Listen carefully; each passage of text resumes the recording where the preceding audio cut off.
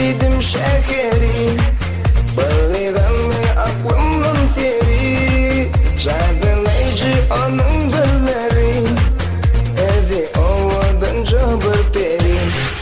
Taşlarım şemalı ya, benim sevdiğim var ya, adamı farasım aynı ya, şeker deyip sana yıllar ya. Kanlı şek şekerim, bana bak şekerim, senin ellerini çekerim, tansa çık şekerim. Kanlı şek şekerim, bana bak şekerim, senin ellerini çekerim, tansa çık şekerim.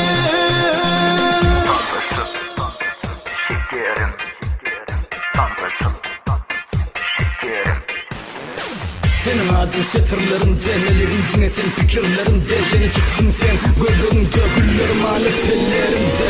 Bolojun mecnun, yüreğim bum bum, elimde ellerin şekerim.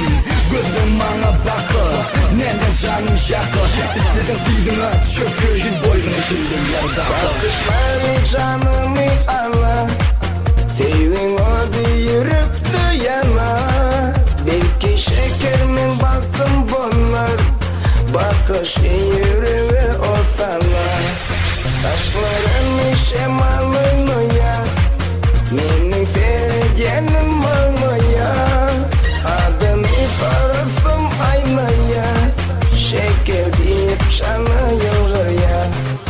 Kanlı şek şekerim, bana bak şekerim, senin ellerini çekerim, tansa çık şekerim.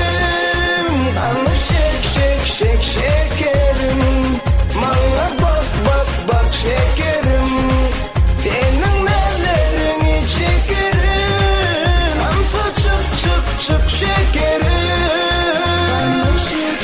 Şek şekerim, bana bak şekerim, senin ellerin